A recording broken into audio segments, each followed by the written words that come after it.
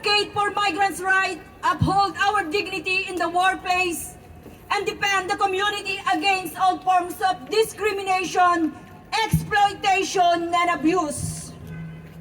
We oppose anti-migrant laws, and most importantly, we wage campaign to address the root causes of Filipino immigration. Filipino migration, I mean. Today, as we celebrate the International Day for the Elimination of Racial Discrimination, we join our fellow migrants and refugees in demanding status, OHIP, and complete protection for everyone. Yes! Because of economic necessity and political instability in our home countries, many migrants, refugees, and other displaced people have been forced to leave their country. I am like many of millions of migrant workers who left our hungry families behind in our home countries to provide financial support with jobs abroad.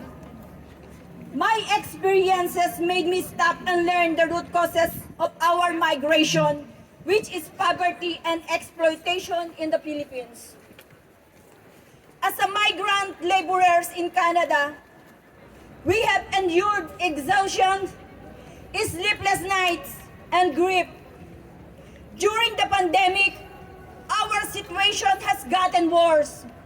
We've been apart from our families for an extended period, facing severe hardship and deteriorating health. Others were traumatized, and some did not make it. It's all unjust and inhumane, and our situation has worsened during the pandemic. Each of us has to overcome challenges and make sacrifices. Migrant workers are on the front lines of the pandemic, providing services in this country. While most Canadians seek refuge in their homes, migrant workers and laborers continue to toil on farms, transporting food and critical supplies, caring for children, cleaning and maintaining houses, and other infrastructure that keeps us all alive. We also keep the Canadian economy alive via our sweat and blood. Similarly, precarious condition and exploitation with little protection continue for laborers who enter Canada under various foreign worker program, and for asylum seekers who acquire work permits while awaiting the outcome of refugee claims. This condition is an example of systemic racism and discrimination against migrants and refugees. The victims are easily disposed of by a system seeking to profit from our labor.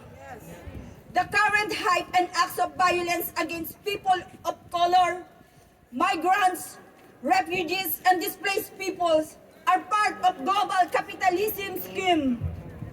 The COVID-19 pandemic has highlighted on our society profound disparities. Inequities are inherent in the global imperialist system which treats workers as commodities unworthy and fundamental rights. Migrant workers and undocumented persons have been hit the hardest during this crisis. Many of us have lost our lives and livelihoods, and we have been denied access to needed financial assistance. Others have been obliged to continue working in hazardous environments. Migrant domestic workers are still limited to our employers' homes, where we are subject to increased monitoring, abuse, and violence. Migrant farm workers have challenges due to inadequate and dangerous living conditions, which may result in high infection rates. Many do not have access to health care and are afraid of disclosing our immigration if we seek medical help. Migrant workers are called frontline workers since we work in fields, grocery, store, care facilities, and other critical services. Canada, on the other hand, further stigmatizes and jeopardizes us. We are treated as such are easy disposable. As immediate response, we join our fellow migrants in demanding status for all. As a way for migrants to have access to services and protection of our rights. At the same time, we join the calls for a regularization policy which give workers the right to living wages, proper housing, and the right to healthcare regardless of our status. While we seek immediate solution to ensure the protection of migrant worker rights, we continue to address the root causes of migration. As Migrante Ontario, we address the social and political condition, the cause why Filipino leaves the Philippines in the first place, and other migrants from the poorer countries of the world. With all these unjust conditions, we fight, expose disparities, and stand together to demand change. When we face this daily obstacle and systemic issue, we organize and mobilize in Migrante within the Migrants' Right Network to get our voices and demands heard. We also invite migrants' organizations who are present here today to join the International Migrant Alliance to enhance our collective voice as a migrant workers worldwide.